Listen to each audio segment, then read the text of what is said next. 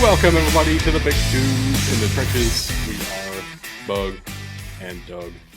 Tug is not here for work-related reasons yet again, and will continue not to be for a little bit. But in the meantime, we are still in the midst of our conference preview series. If you're live with us on Twitch, thank you very much for the second part of our live episode. If you are listening on audio or on YouTube, this is a whole nother conference that we haven't talked about just yet. And wow, what timing. This is the Pac-12. We couldn't have planned this out fucking better. I mean, Colorado is leaving to go back to the Big 12. This will be their last year in the Pac-12. That news happened both last night and a couple hours ago. So yeah, we thought we were getting buried, and then I said, "Holy shit! No, this is more than one source. Tug didn't get buried again. My wife didn't get buried again. This is happening." And it was a unanimous decision from Colorado. We'll talk more about that later. A potential for 2 to 3 more schools from the Pac-12 to jump ship to the Big 12. Potential for more crazy shit than that. I have some information to talk about if we want to get into conference realignment discussions. But before we even get there, I do want to shout out. This is part, I don't know now, 6 of our conference preview series. We're going through every single conference in Division I college football. That does include the FCS very shortly. But before we get there, we are talking about the Power 5 conferences now, which, yes, the Pac-12 is still a part of that conversation, at least for this season. For now. Starting next year, they're no longer the Pac-12. They're about to be the Pac-9 as of right now. We'll see what happens there. Conference realignment has definitely hit the Pac-12 very hard, and in a lot of ways that they were very clearly not ready to handle. So I do want to attack that discussion from 2 different angles, but also if there's anything you want to start us off with conference realignment talk for the Pac-12, feel free, because this is massive. And it's been going on for a little while now. So I know there are a lot of people that will say it was better when it was the Pac-8 anyway, and you might just get your wish because... Yeah, but also, like, the biggest brands are already gone. So the Pac-8 is... Yeah. It's not going to be the same. It's not going to be the same. Already, without any additional teams, they're going to be down. Like you said, they're going to be down to 9 next year, no matter what. And it could get a lot worse for this conference. This might be the swan song for the Pac-12 that we're talking about here. And man, RIP Pac-12. I remember 2 years ago, we were having this conversation in a completely different direction of how the Pac-12 might end up gobbling up the remainder of the Big 12 because Oklahoma and Texas are leaving. Everybody's in disarray. Nobody knows what's going to happen. Both the Big 12 and the Pac-12 around the same time bring in new commissioners. The Pac-12 goes for an outsider who doesn't understand how sports works, apparently, or how TV contracts work. That's a problem in the modern era of anything. So don't recommend that. The Big 12 brings in somebody who navigates this beautifully. I saw a couple of memes about the comeback from the Big 12. This is their 28-3 Super Bowl moment, because holy shit, the Big 12 was down bad, and now they're going to be bigger than ever. And the Pac-12 is on the receiving end of some of that. So this has been an ongoing conversation. I guess since last year, we learned that USC and UCLA are going to jump ship and head to the Big Ten. Recruits coming to visit USC and UCLA right now are taking pictures in uniforms with the Big Ten patch on them instead of the Pac-12 patch on them. That is already happening. That is freaking me out every time I see it. It is so crazy. It's real. The Rose Bowl itself will no longer be in the Pac-12 conference. It will be in the Big Ten conference. That is amazing to me. How crazy would it be to see not only the Big Ten championship game in the Rose Bowl, but also the Rose Bowl in the Rose Bowl? The Rose Bowl in the Rose Bowl. That'd be cool. But no, I think it's very possible we end up getting a rotation of Lucas Oil and Pasadena hosting the Big Ten championship game, which that would be very cool in itself. Maybe even uh, maybe even MetLife in there. Who knows? The Big Ten has big things going on, but not only USC and UCLA are jumping ship, Colorado has been a point of speculation for a little while, and I don't think anybody really understood that this was legitimately happening. So, how did we get here? I think is a very fair question. And I'll talk about all that, I guess, as succinctly as possible. Like, this isn't the point of this episode, but also It it's, might be better to swing it in with Colorado because there's a lot of it that doesn't make sense when you look at how bad this team has been recently. But yeah, then but you look at I the don't even lightning think rod. I don't think it's about Colorado, though, is the weird part of this. I don't think anything Colorado has done in the past 12 years of being in the Pac 12 has positively or negatively impacted this decision. What's happened with this realignment is related to the conference as a whole. Yeah. It's about the clearly now. I think it's fair to say the inept leadership of the Pac-12 over the past couple of years, the inability to get a new TV media contract done. There is no buyout right now to get out of the Pac-12. The Colorado Buffaloes just announced today that they're applying to the Big 12, and there's no penalty for that. They're leaving after this upcoming season. There's absolutely nothing they have to pay to the Pac-12 because there's no grant of rights signed by the presidents of the universities. There is no media agreement with anyone. ESPN didn't want them. Fox didn't want them. Apple has apparently given an offer for streaming of like not much. So that's a real problem. Pac Yeah. 12 network is a thing that technically exists, but you can only get it with like two TV providers across the country.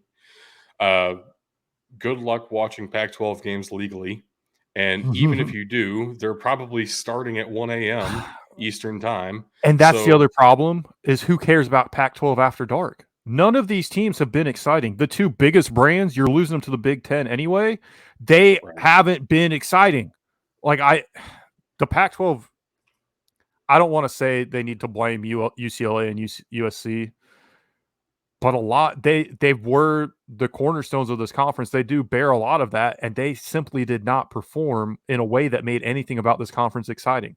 Oregon has not really been that exciting because they don't have the Chip Kelly offense anymore. They're not as flashy. Washington is just Washington. Like nobody's getting excited about watching Washington play. And then your next two biggest brands, I would say, Arizona and Arizona State, have been fucking awful. It really pains me to hear all this because at the same time, all that's going on, at the same time, the national brand for every Pac-12 institution is like the lowest it's ever been. This is probably one of the most exciting Pac-12 seasons I can remember. Legitimately, every team in this conference is exciting to me this year, and nobody else feels that way because of how poorly this conference is being run right now and how much just malfunction there is, how much disunion there is between all these schools. Like this is a real problem for multiple reasons. At the Mm-hmm. same time, of the 12 schools that we're going to be talking about in the Pac-12, 10 of them have really awesome quarterbacks. When's that ever happened in any conference ever? Never. I've I think almost every head coach in here is very exciting. I can name one guy I'm not in love with at head coach here. Everybody else is awesome. And even the guy I'm not necessarily in love with has a contract extension through 2029 because he's the best coach that school's had in a very long time. We'll get to Yeah. him. Like, oh my gosh, these programs are doing the best they've done in decades, and the conference itself is not supporting them. It is brutal to watch. So I will let you that get into these teams, Doug. I will be back In a little bit. We'll see when I get back. I promise I won't be gone all night. Well, that leaves me to talk about the Pac-12, which I enjoy very much, and which nobody else seems to enjoy as much as I do. So that's that's all right. I understand, but we are going to go ahead and just leave it with this. I guess for realignment talks, we have to leave it here. Uh, this is the official statement from the Big 12 today, like 4 hours ago, as we're live right now. This is the Big 12 put out a 2-word statement. They're back. Colorado is joining the Big 12 conference for the 2024 season. So this will be their final year in the Pac 12. Hey, maybe all those Deion Sanders haters were right, and he's only going to win 1 or 0 Pac 12 conference championships. I mean, that's heartbreaking. In the Pac 12. That's so brutal. But let's go alphabetical order. We have 12 teams to talk about. And like I said, I think all 12 of them are at least interesting this coming season, all for pretty different reasons, but almost all of them have a great quarterback, starting with Arizona here. Jaden DeLora is awesome. One of the best quarterbacks Arizona's ever had. And I'm not making that up. Like, legitimately, go watch an Arizona game. I know most of you haven't because nobody watches Arizona games, but holy cow, this is an exciting offense. Jed Fish is in his 3rd season this year, coming over from the New England Patriots, where he was a wide receivers coach. And I thought at the time, how does this even make sense at all? He has no experience in college football, not as a head coach at least. What is Arizona seeing that I'm not? Right? Jed Fish seemed like he came out of nowhere. It's really becoming a legitimate culture here that I don't know. It seems like it's coming out of nowhere. They were 0-12 the year before Jed Fish came into town. His first season, they went 1-11. Everybody's like, okay, nothing's changed that much. Last year they go 5-7, and Jaden DeLora looks like one of the best quarterbacks in program history. Jacob Cowing is a legitimate option at wide receiver. Everybody in the conference would love to have a Jacob Cowing on their team. Tyler Manoa transfers in from UCLA at defensive tackle, could be a legitimate threat on that defensive line, giving them a couple of really talented options at all levels of the defense. Jacob Manu at linebacker and Ephesians Prysock, what a name at cornerback, is extremely talented, extremely young guy that Jed Fish was able to bring in. Arizona Wildcats are looking like an actual football team, which is just I don't know. I don't even know where to start with this. I guess I have started already, but you get what I'm saying. Arizona has not been one of the premier programs of this conference for quite some time, and this season I expect them to be a bowl team.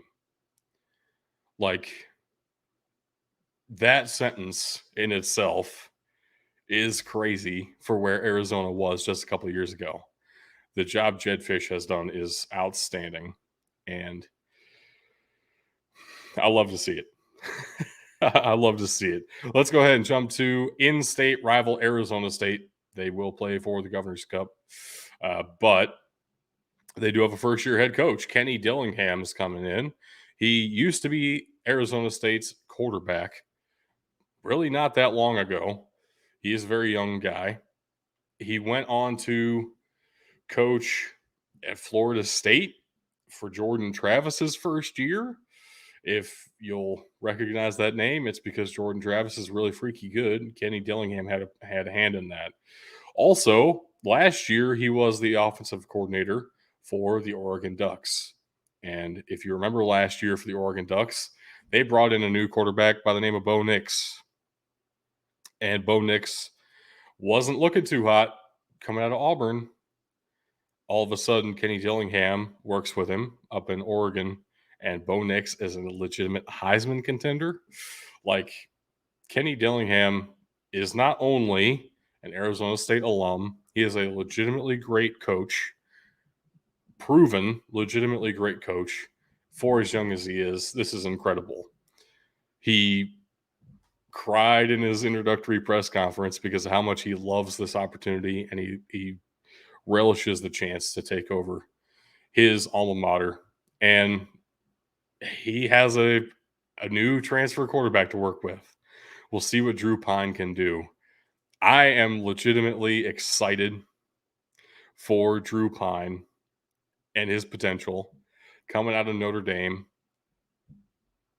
I thought he looked pretty good. He looked very talented. Didn't have his potential unlocked, like I think is certainly possible with the ability to work with head coach Kenny Dillingham now. This could be a very exciting offense.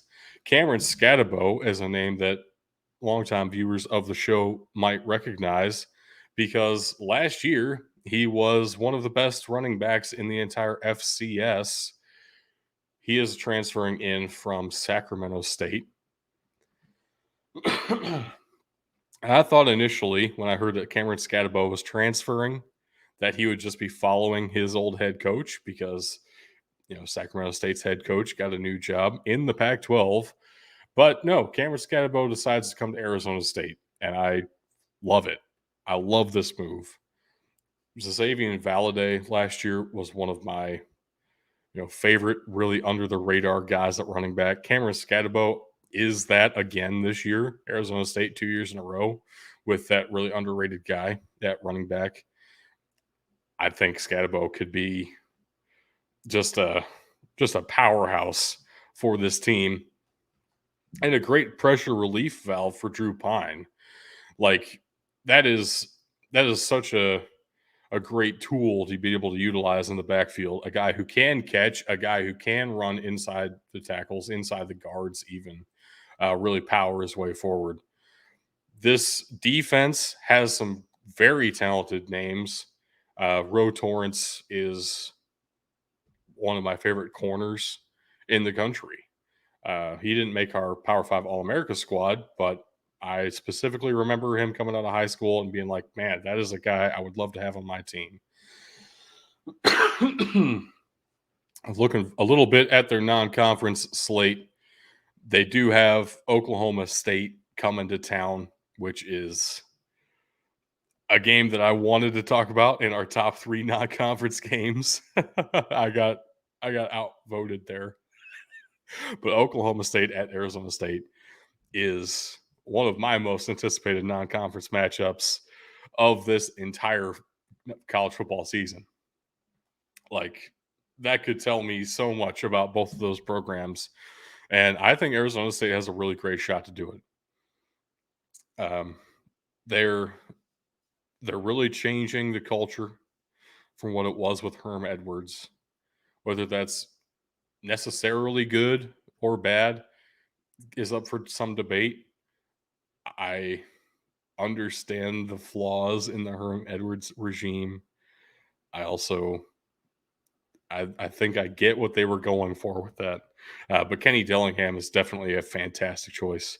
Like, even if he doesn't work out, which I think that he will, even if he doesn't work out, this was the right decision. Which is, it feels great to be able to say that about Arizona State. Like, they are, for the sake of their own program, they're doing the best possible things. That's awesome. I love to see it. And I do think Arizona State could be pretty solid this year.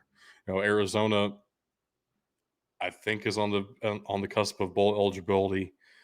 Arizona State probably a little bit under that. Excuse me. But maybe that last game of the season is the decider. That Governor's Cup between Arizona State and Arizona is in Tempe. It is at Sun Devil Stadium this year.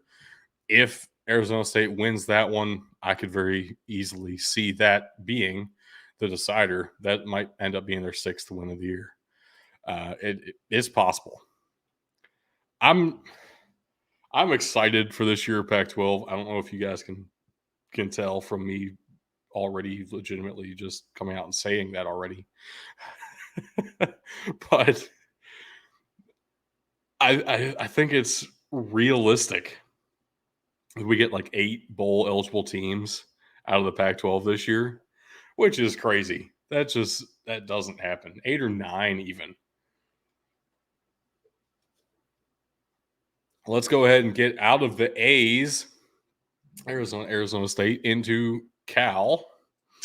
Cal is the team that I'm least excited about this season. And it's not necessarily because of anything they're doing wrong. It's just because I don't I don't have a ton of confidence in Justin Wilcox. This is the one head coach I already said at the top. There's one head coach I don't love necessarily. Uh, Justin Wilcox is that guy. He 30-36 in his first 6 seasons at Cal. With that record, it sounds pretty awful. I will say Cal before his time was even worse than this. So take that with a grain of salt. But also, there has been a bit of program building going on here and a bit of culture rebuilding going on here that other schools have recognized. Cal had to give him a contract extension for a very long time in order to be able to keep him because there are other programs that wanted to get their hands on Justin Wilcox, which I kind of get. Like, if you put this kind of a coach in a more fertile recruiting excuse me, more fertile recruiting territory. Not that California is bereft of talent. It's just that Cal normally can't attract those big names. Um, it's possible that he does very well, and I could see that for sure. But in the meantime, he's working with a Cal program that, yeah, they're going to struggle for some of that top end talent. We'll see how they can do. Jaden Ott is a great running back. I'm looking forward to watching him. And I think this linebacking core is very exciting. Jackson Sermon transferring in from Washington, Xavier Carlton on the outside there. This linebacking core is very good. And I love me some linebackers. But as we talked about with Temple, it's like you can have a great linebacking core, but that doesn't necessarily mean I'm going to pick you as one of my favorites for the conference. You need a little bit more than just that. So this is one of those teams I don't expect to necessarily improve too much. Unfortunately, they don't have a quarterback. This is one of 2 teams where I'm going to say I don't trust the quarterback room because the guy that they had last year transferred to Louisville. So we'll see what they can do. And I think with the running game and this linebacking core, they can be in some close games.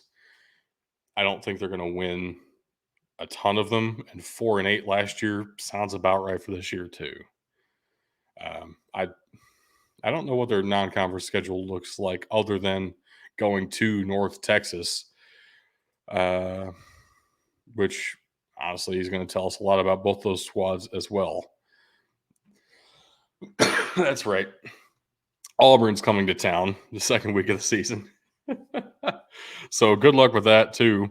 Hugh Freeze and Auburn are coming to Cal week 2 at North Texas, home for Auburn, home for Idaho, who is a lot of folks picked to win the Big Sky this year in the FCS. So not a very easy non-conference slate there. Well, we'll keep a tab on Cal in the first couple weeks of the season. I think that'll tell us a lot. Not only about them, but about, I guess, the rest of the conference too. Oh man, what a rough non-conference slate here. Yeah, with that in mind, I wouldn't be surprised if it's like a 2-win team. And I know that sounds brutal, and it is brutal, but that doesn't mean I don't think there's any talent here. It's just they have some building to do. Put it the best way I can. Let's go ahead and jump to the team of the moment, the team of the news the past 2 days, and really of this entire offseason, because what Deion Sanders has come in to do at Colorado is nothing short of newsworthy in any regard. Basically, cut the entire team, and then, okay, here's an entire slate of new talent, which was needed, but also wild and very risky too, because now you've basically imported a squad into a, a I don't know. You're trying to build a culture out of nothing, um, and you're starting over in a lot of ways. So it could be pretty rough for the first few games here. At the same time, there are a few transfers that came with him. Deion Sanders was at Jackson State before this, as has been well documented. Uh, has been pretty successful at Jackson State. We'll see what they can do. I'm not expecting a ton for Colorado this year, even with all this completely rebuilt roster. They went 1-11 last year, and it's going to be a tough go of things once again. I'm pretty confident in saying. Let's look at the roster, though. There are some very interesting pieces. Shador Sanders, Deion Sanders' son, is the quarterback coming with him from Jackson State. A true freshman running back, Dylan Edwards. Uh, Looking forward to see what he can do. Very highly touted recruit. Wild that I'm putting a true freshman on here, but he's not the only one. He's right below him. Cormani McLean is one of the highest rated cornerbacks of last year's recruiting class. I totally understand that. If you're a highly rated corner, go play for Deion Sanders, one of the best cornerbacks of college football and NFL history. Understandable. Also coming with him from Jackson State is Travis Hunter, who you'll see on the screen twice here. That is not a mistake. He will play both wide receiver and corner, as he did at Jackson State. That's crazy in and of itself. What's even crazier is he is one of the best players on the team at both those positions. He will probably be their leading receiver and will probably be their best corner. Both of those are really hard to do in a Power 5 conference. Travis Hunter is that good. He was the number one overall recruit in his recruiting class and chose to go to Jackson State, of all places, because of the opportunity to work with Deion Sanders. It's paid off for him in some ways. He's really showed his talent in massive spots, and now he gets to do it in a Power 5 conference with the Colorado Buffaloes. Their non-conference slate is crazy. I know I just talked about how insane Cal's schedule is shaping up to be. Colorado State has it even harder. One of the games on the schedule that we're not going to talk about later is the first week of the season at TCU. It's not in our most anticipated Pac-12 games because it's at TCU, not at Colorado. But we'll talk on another big one later. I don't know what to expect for Colorado this year necessarily. I think maybe 4 wins would be a really strong start, honestly. Like, this is a tough schedule in a very tough conference this year. And their guys are so young, and it's an entirely new squad. Uh, Even the guys that they're bringing in from other Power 5 programs, like Jordan Dominic coming in from Georgia Tech. Like, okay, this is an entirely new everything. I think that's the best way to describe Colorado right now. It's entirely new everything. I am excited to watch the progression of Colorado with Coach Prime. I think the best seasons are ahead of them once they get into the Big 12. But this year will at least be fun to watch. if you can get a hold of it somewhere, because Pac-12 games are really hard to find on TV anytime, anywhere. So good luck with that. But if you can find it, it should be very exciting. Let's go ahead and jump to Oregon. Of course, just said they lost their offensive coordinator, Kenny Dillingham, to become the head coach at Arizona State, but they kept their head coach. Dan Lanning is back for his second year. What an interesting season last year was for Oregon. You know, they start off the year looking really awful. I'm just going to be honest. That was a rough start to the season for them last year. Just Dan Lanning coming from Georgia, the defensive coordinator for Georgia, and then to start his week one losing 49-3 against Georgia. That is brutal. They turned it around though and got their quarterback legitimately into the Heisman conversation at the end of the year. That is equally incredible. And the fact that they only lost 3 games in the season, uh, commendable to say the least. Bo Nix looked like a completely different version of himself compared to what happened at Auburn. What he was able to do at Oregon last year was out of this world. And see him come back and potentially do that again is very exciting. This defense is worth paying attention to. We've said that for the past couple of years now. Oregon has, since the Chip Kelly era, has gone a lot more into defense and into the offensive line, which I respect a lot. They need to do that if they want to compete with the big boys of college football. And they have definitely done that. Brandon Dorlus is a legitimate threat on that defensive line. Jeffrey Baza at linebacker. Evan Williams is a transfer in from Fresno State at safety. Uh, and I think he has potential to start for Oregon and be a very impactful starter, obviously, if I have him on the slot here. So this is an exciting team to watch this year. I expect them to be just as good as they were last year, at least. 10-3 last year with a win in the Holiday Bowl against North Carolina, 7-2 in the conference. They will be competing for that Pac-12 championship. Definitively, they'll be in that conversation. Looking at their schedule to kind of give us a hint of things to come here. 2023 for them, they start off against Portland State. Okay. Honestly, I think that's very good for them as opposed to last year when they started off against Georgia. Starting against Portland State gives them a chance to really find their groove. At Texas Tech the next week is massive. Texas Tech should be very good this year. I think Oregon should be better, but we'll find out in Lubbock. That's going to be a very exciting game to watch. And then, of course, their biggest rival in the conference.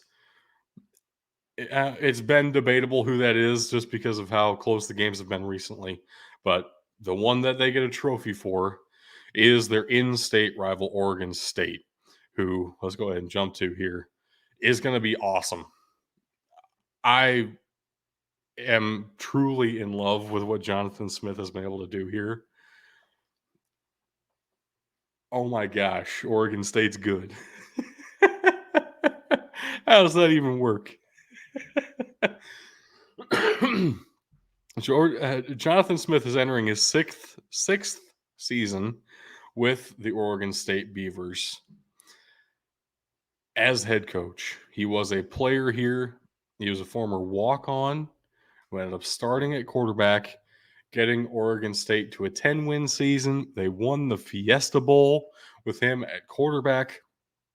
He comes back as head coach, and oh my gosh, last year was the third 10-win season in program history. Oregon State has never been this good, except when they have Jonathan Smith either at quarterback or head coach. This is a legitimate threat to every team in this conference. 10-3 last year, 6-3 in conference. They should have beat USC. Like, legitimately should have beaten USC. That game was awesome. And they got better. I really liked what Ben Gulbranson was able to do as a true freshman starter at quarterback. Let's be real, though. He was a true freshman starting at quarterback, and it showed. They're bringing in Clemson transfer DJ Uyunglele. Yeah, that is an upgrade. We can talk about his struggles at Clemson.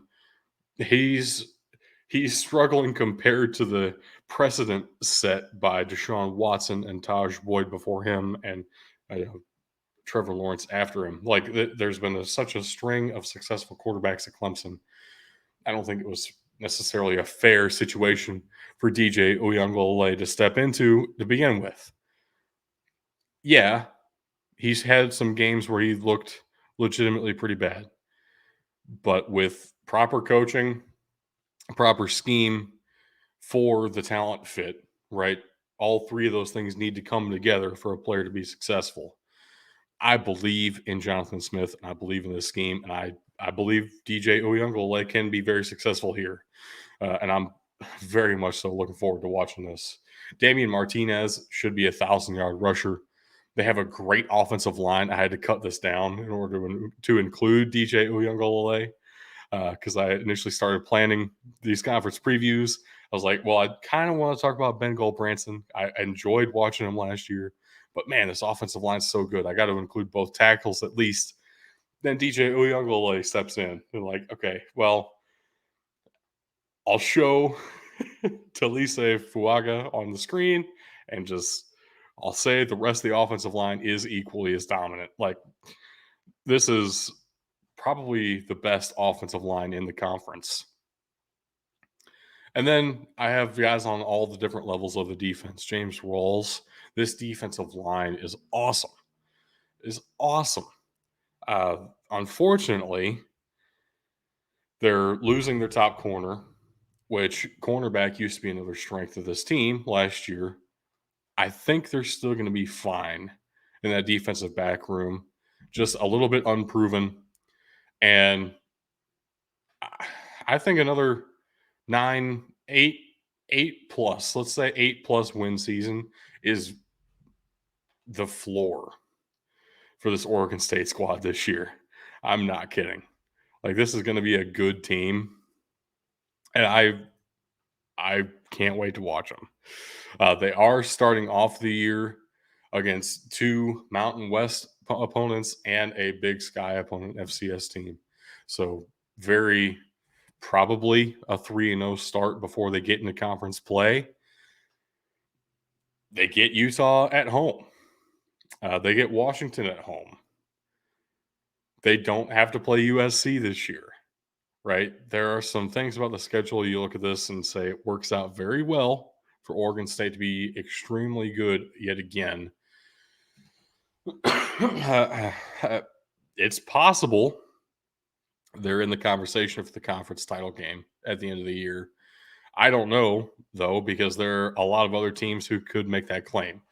DJ Uyunglele coming in does feel like it changes things, and I'm in awe at what Jonathan Smith has done here. 10-3 last year, and his overall record is 26-31. Like, you got to understand how bad Oregon State has been in recent history. And then Jonathan Smith comes in and just it's phenomenal. It's phenomenal to watch. Let's go ahead and jump to Stanford, who does have a first-year head coach. The third of 3 first-year head coaches in the conference. Troy Taylor is coming in to replace David Shaw. David Shaw stepped down of his own volition.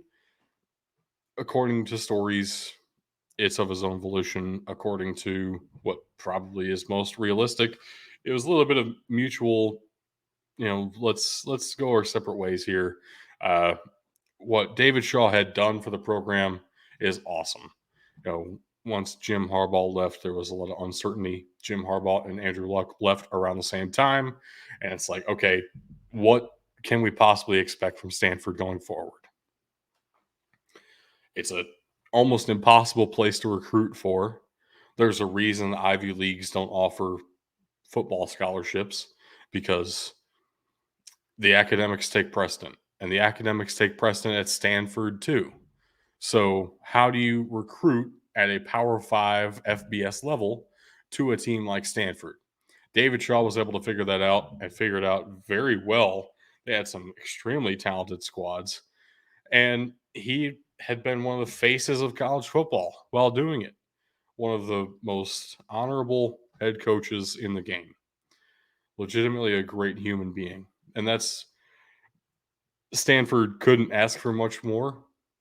But at the same time, when the record was falling as far as it was, a couple of, sub 4 win seasons in a row for David Shaw, he himself said, "It's time for me to step aside. Let's find a way for Stanford to be successful again." That's what's most important here is that the school and the players get a chance to be great. That is awesome. I respect the hell out of it. It does mean that we get Troy Taylor in for his first season at the helm of the Stanford Cardinal.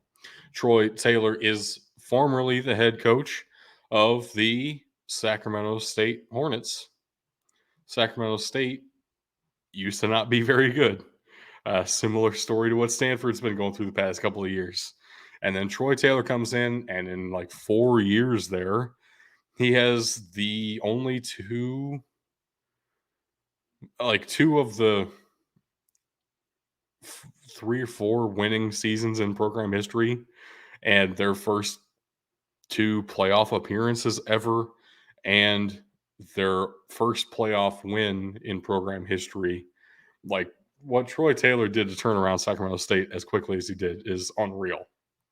So this is kind of the exact right guy if you're looking for a pure program rebuilder. What they're also hoping for, I'm sure, is that Troy Taylor will be able to navigate the academic problems that come with being a head coach at a school like Stanford. If I were going to pick a guy to do that, it might be Troy Taylor. Like, I think this is a good hire for them, and a very underrated one at that. Like a culture fit, a program builder in his own right. This is a guy that most teams weren't going to look at because of his age, because of, who really watches Sacramento State football, right? Nobody out east knew that he existed. But the job he did there was outstanding. And I certainly hope he can do the same for Stanford. College football is better when Stanford's good. I stand by that. Their team this year doesn't look very talented on paper. I'll be real with you. Benjamin Urosek is probably my second favorite tight end in the Power 5, behind, of course, Brock Bowers at Georgia. Like, talent-wise, he's one of the best players in this conference. I don't know that he's going to be able to put up stats that would say that he is necessarily, right? Like, this is going to be a tough team to watch the first year. but I think they're going to be headed in the right direction under Troy Taylor's watch. They do get to play Sacramento State this year, which will probably be a very surreal experience for the former Sacramento State Hornets head coach. I don't know. This is going to be a tough one. They have, of course, Notre Dame on the schedule. They do play Notre Dame almost every year. At USC this year, at Oregon State, who I just said might be a contender for the conference. Home for Washington, but let's be real. The Huskies should win that one. I say that at the same time, it feels like Stanford wins 1 or 2 games that they have no business winning every single year. So we might see Stanford be like a 4-win team again. I don't know. I don't expect too much out of Stanford this season. 3-9 last year, 1-8 in the conference. Yeah, that sounds about right for Stanford. But I do think they'll be headed in a good direction. I do really legitimately have said it many times already. I don't want to keep repeating myself, but I do believe in Troy Taylor. Let's go ahead and jump to UCLA. What Chip Kelly has been able to do here is, I don't know, it feels less impressive than it probably realistically is. Like, I don't think UCLA has been good since the 70s. And now with Chip Kelly and with Dorian Thompson Robinson, past few seasons, this has been an exciting team to watch. And they've been in some games where it felt like UCLA had no business being in just a few years ago. This is the 6th season for Chip Kelly at UCLA. He does not have a winning record, 27-29. But I don't think he's on the hot seat in any regard. Like he's one of the most respected head coaches in college football to this day. I do still put him in that category. And heading into the Big Ten, I wouldn't want anybody other than Chip Kelly. I don't want to rock the boat. Last year went 9-4 with a loss in bowl season to Pitt, 35-37. And they lost DTR. Like, that's rough. But I do think this offense is going to be pretty awesome even after DTR is gone. Dante Moore is a true freshman this season. I already have him in my list of quarterbacks that I can't wait to watch in this conference. As far as pure arm talent goes, I think Dante Moore was the best quarterback in the recruiting class. And with Chip Kelly, I think Dante Moore could be extremely successful here.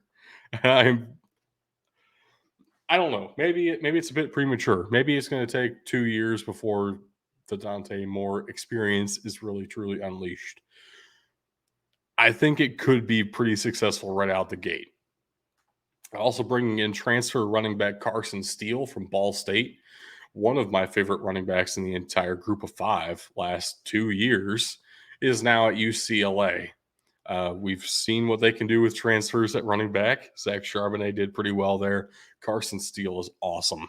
He's an awesome player. This should be a very fun offense, even without Dorian Thompson Robinson guiding that entire way.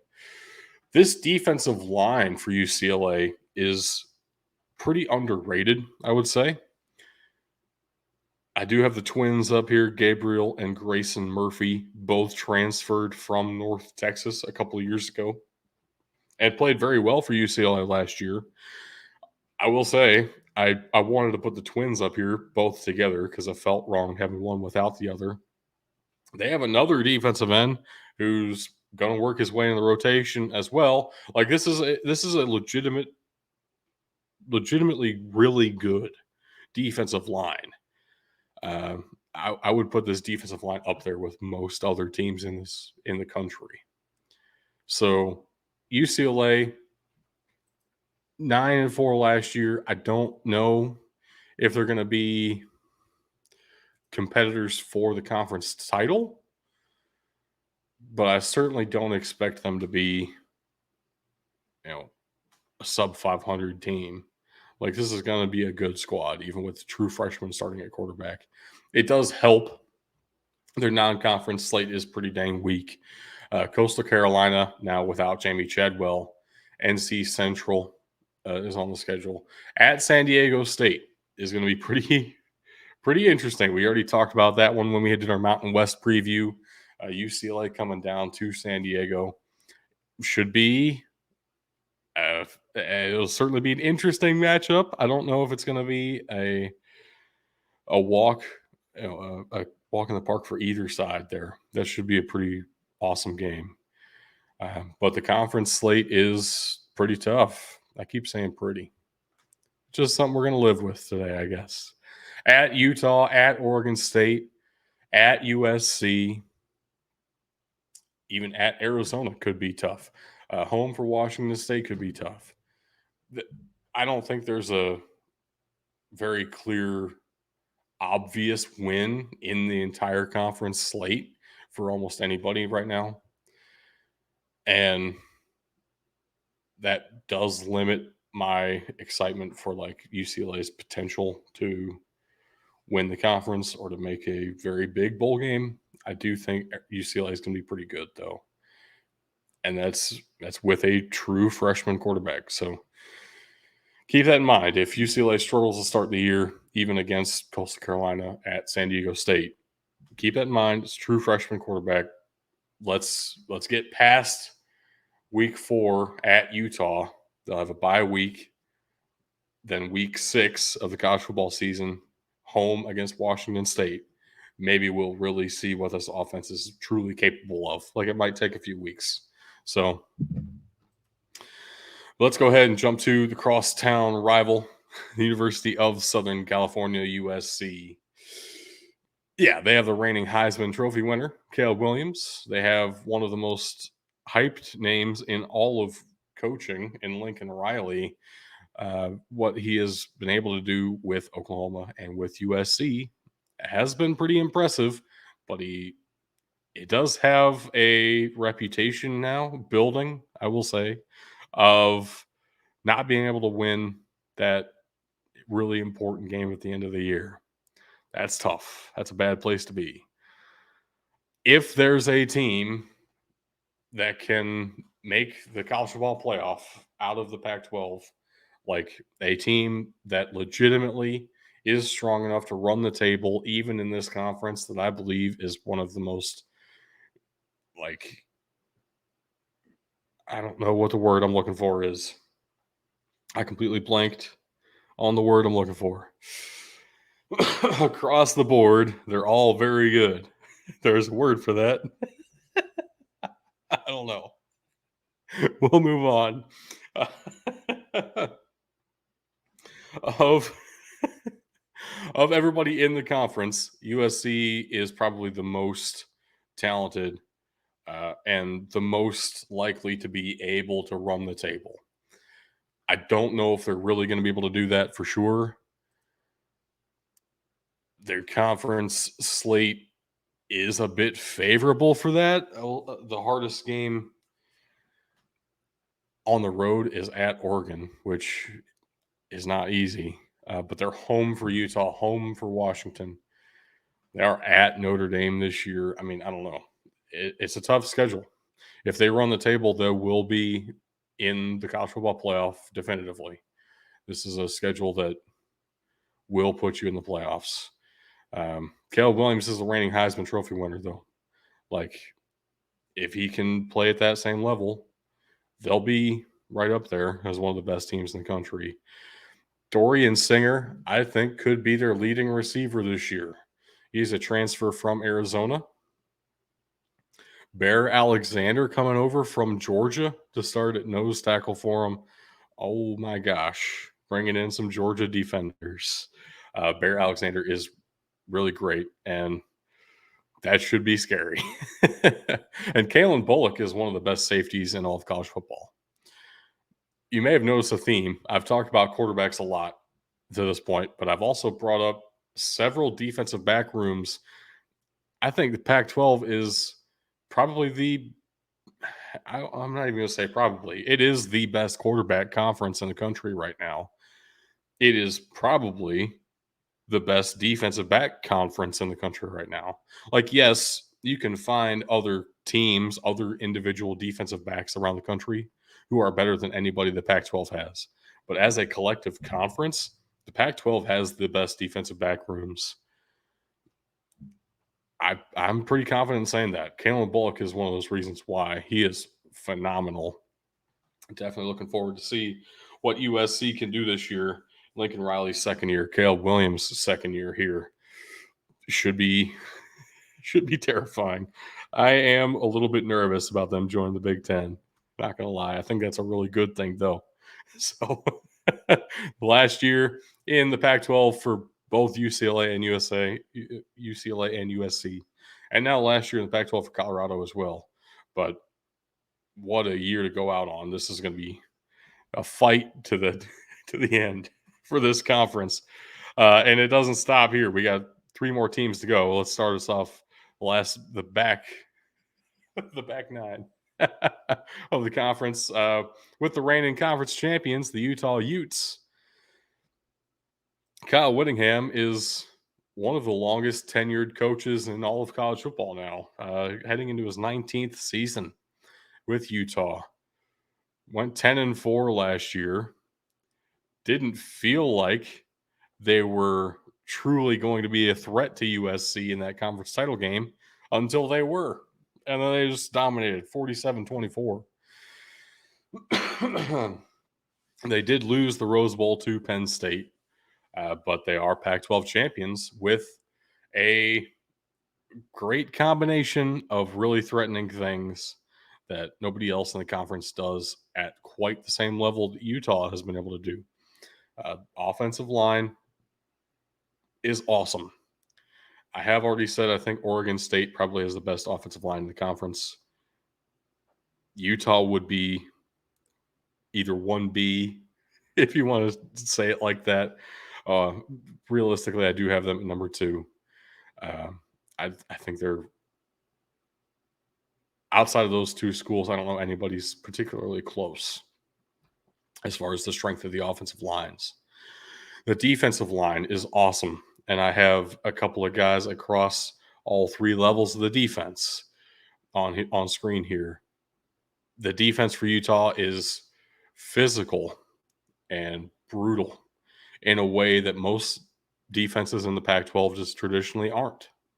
So getting the combination of Cameron Rising throwing to a guy like Devon Vele on offense, and then a physical as hell defense who's going to beat you up every time that you think you have the ball in your possession.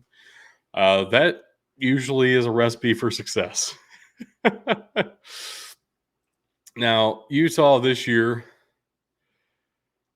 has an extremely difficult non-conference slate.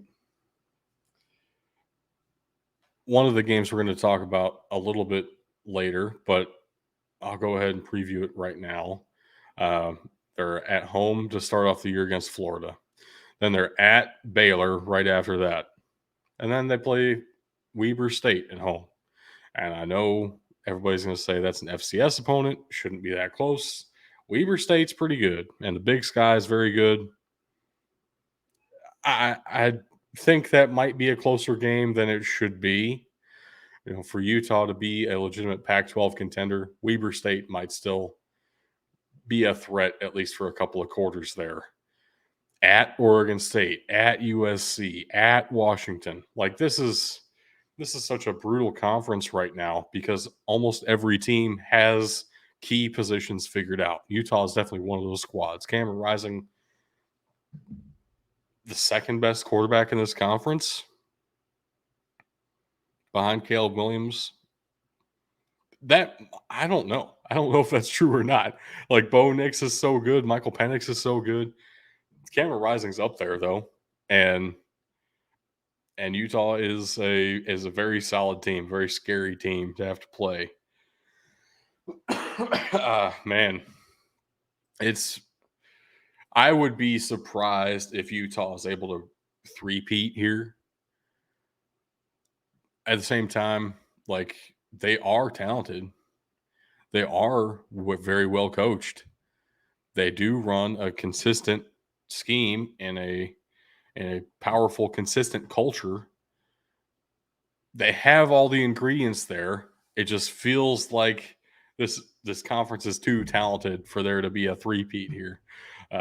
So if you're a Utah fan, I'm sorry, but I don't think I'm going to predict Utah to win the conference just because you can't beat everybody again, right? I don't know. I guess we'll find out. That's why we play the games, right? Getting down to the W's. Washington up first. Kalen DeBoer in his second season as head coach. Formerly offensive coordinator for Indiana, where he helped lead Indiana to their most successful season since the 70s, I believe, in the COVID shortened year. Also had Michael Penix playing up to a very high level at Indiana, and they looked legitimately scary together. And then Kalen DeBoer left to become the head coach at Washington. Michael Penix had a down year, was injured. He didn't leave to become the head coach of Washington yet. There was a year in between then. Either way, they were separated. Michael Penix didn't look as good. Then Kalen DeBoer becomes the head coach of Washington. Michael Penix transfers. Initially, my reaction was, we'll see how this works out. I don't really know that I believe in Michael Penix. And then, oh my gosh, last year he looked like one of the best quarterbacks in the entire country. And I don't think that's hyperbole. I think it's true. He might be the third best quarterback, fourth best quarterback in the conference, and up there still in the top 15 very comfortably, probably top 10 of quarterbacks in the entire country. Like, that is wild considering where he was at Indiana just a few years ago. It does help that he has a left tackle in Troy Fautanu, and one of the best wide receivers in the country. Rome Odunze was on our Power 5 All-America squad a few episodes ago, if you listen to that. The defense is also very scary. I already said that UCLA might have one of the best defensive lines in the conference, and then I turned around and said Utah does that very well at a level most teams can't match. I've also said that Oregon has a great defensive line. Washington is up there too. I don't know what to say. This is a legitimately talented, great, deep conference this year. And if you guys aren't watching the Pac-12, you're really missing out. Braylon Trice might be the first edge rusher off the board in the NFL draft next year.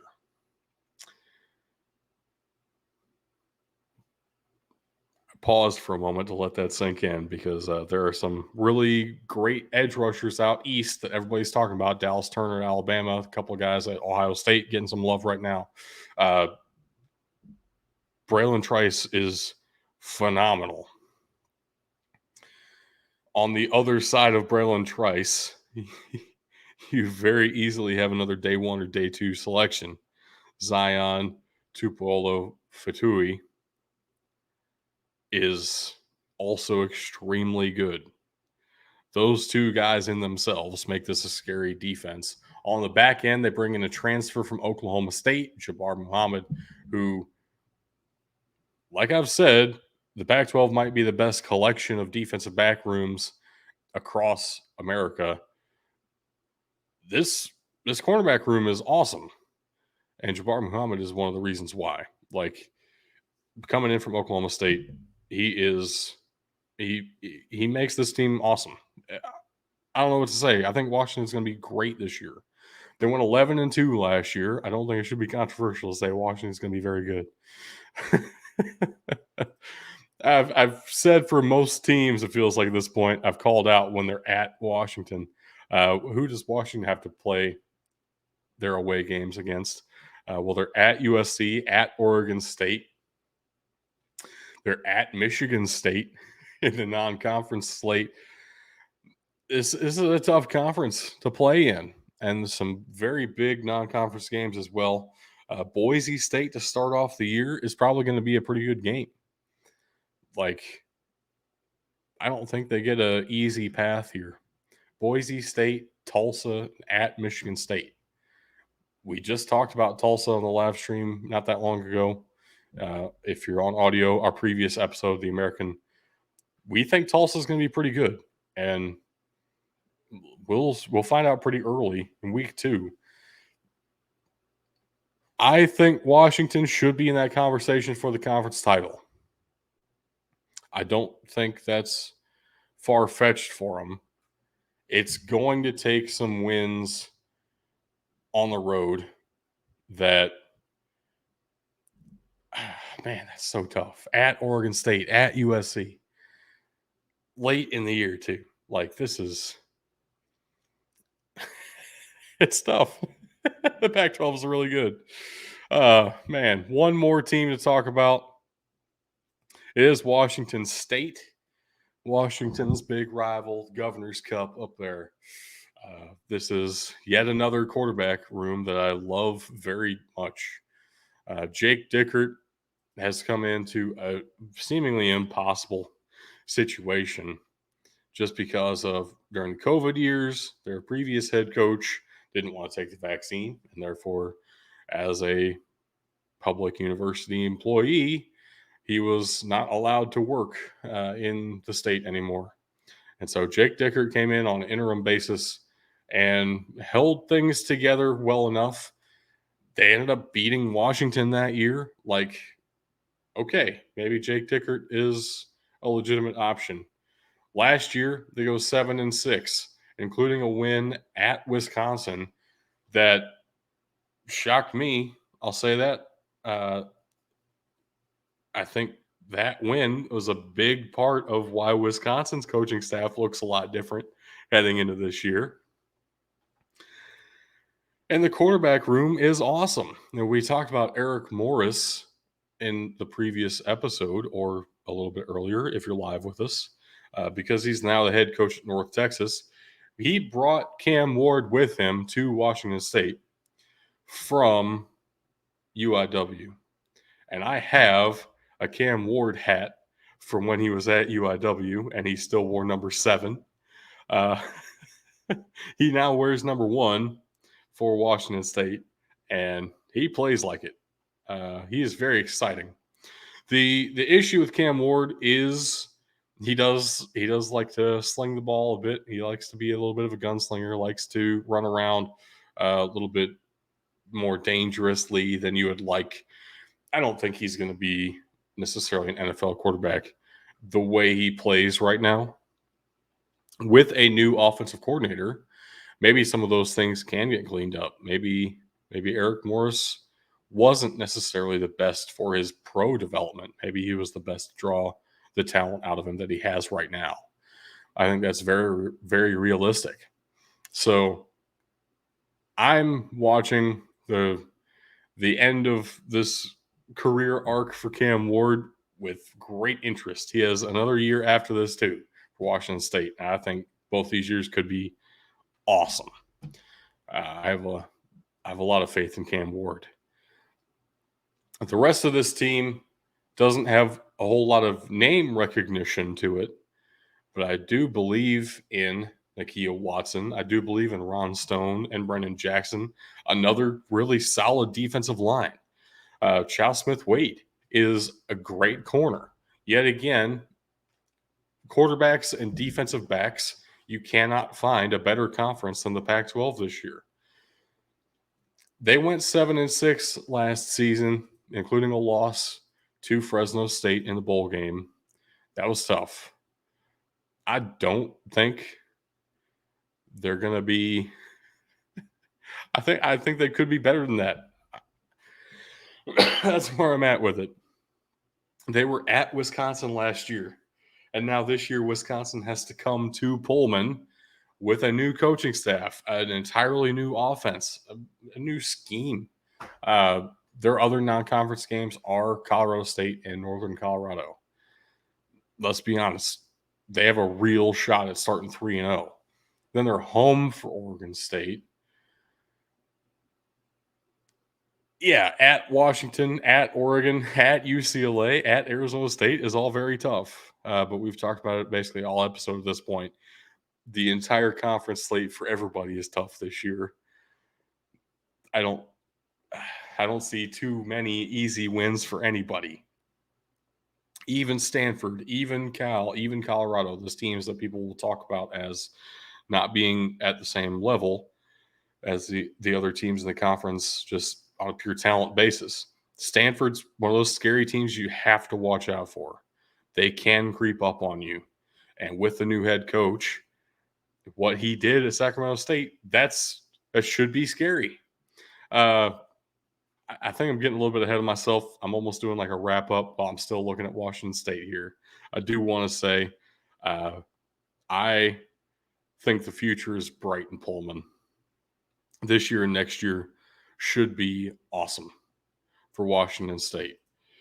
Let's go ahead and talk about some non-conference games here. I've already mentioned several that I'm looking forward to, even not on this slide, but Wisconsin at Washington State does make the list here because last year's game was so exciting, and this year's game has another element to it. Now we have Luke Fickell in the head coach seat for Wisconsin. We have 3 new quarterbacks transferred into Wisconsin. We have a new offensive coordinator for Washington State, too, and it's at Pullman. I don't think when this game was scheduled that Wisconsin really thought Washington State would be too much of a threat.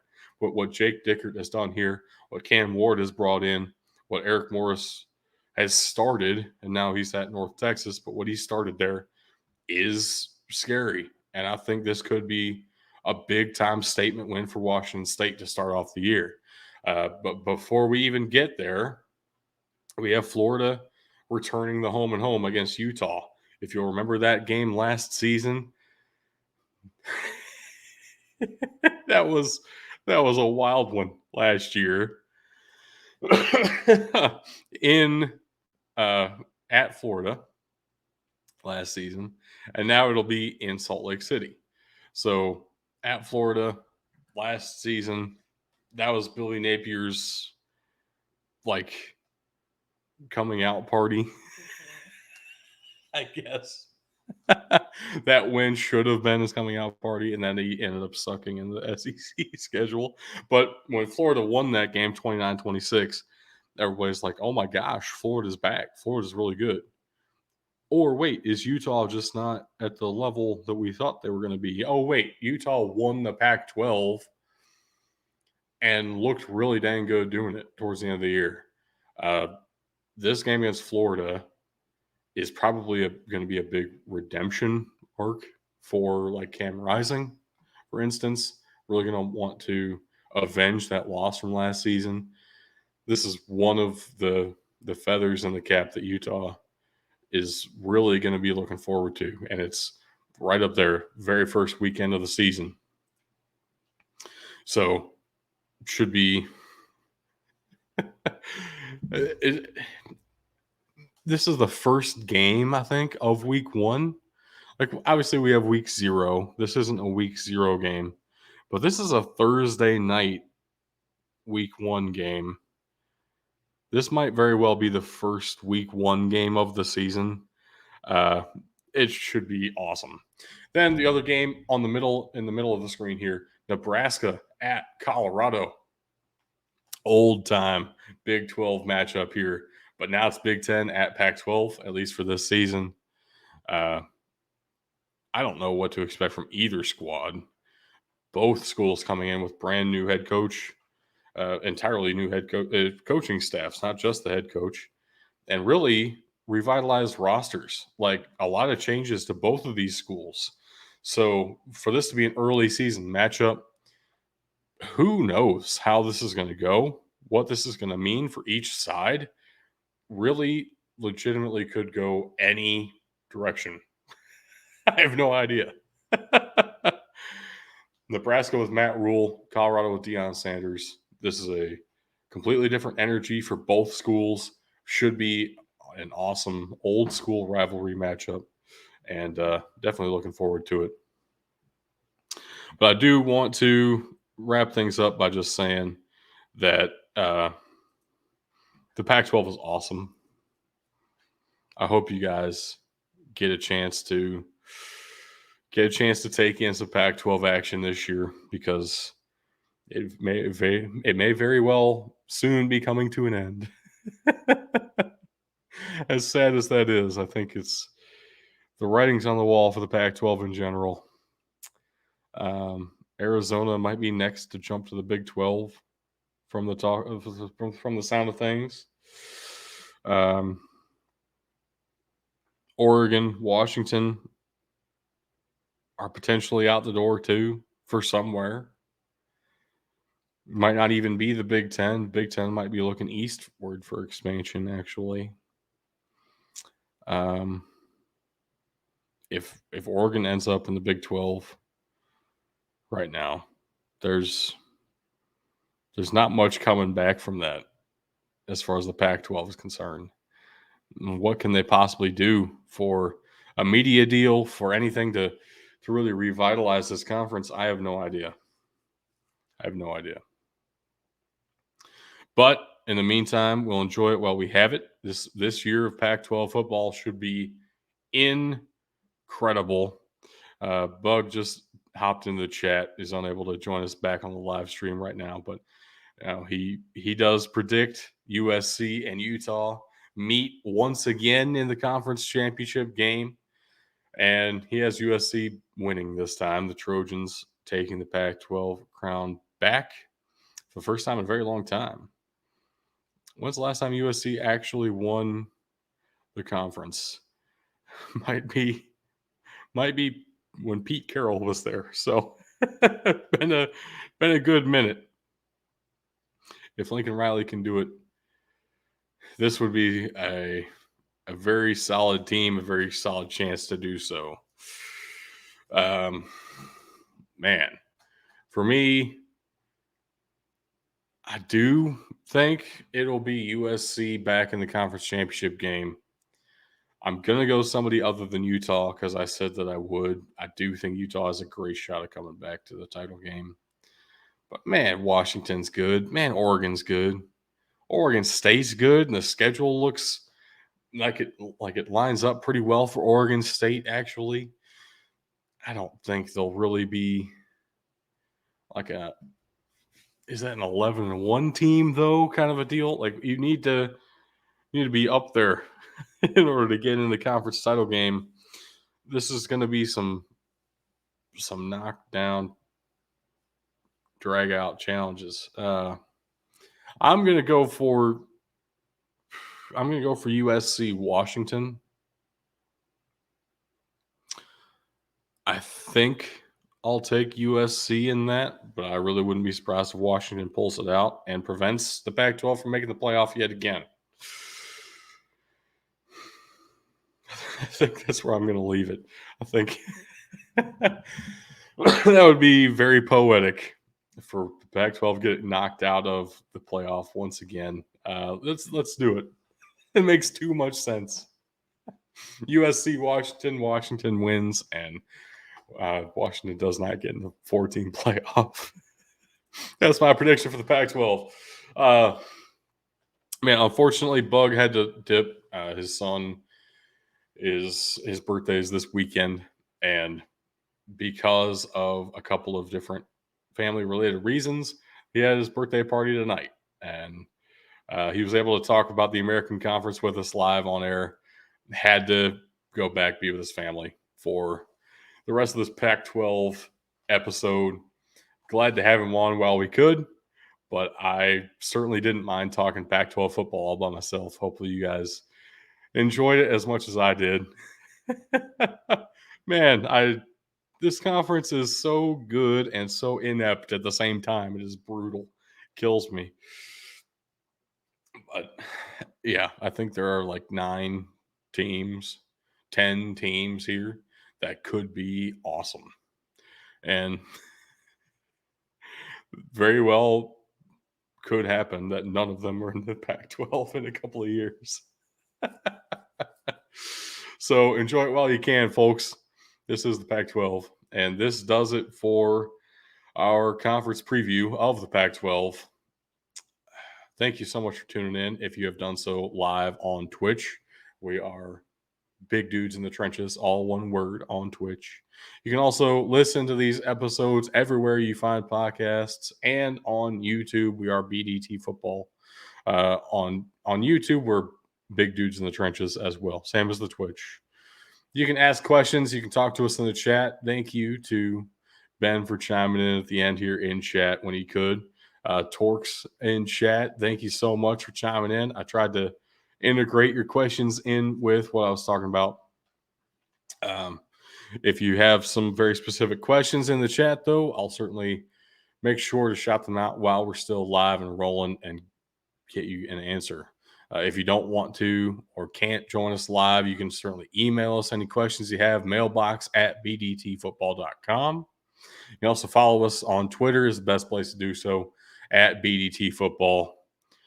And honestly, we have some other links down there. I know Bug likes to shout them out every time, and we make Tug shout them out whenever he's on the show.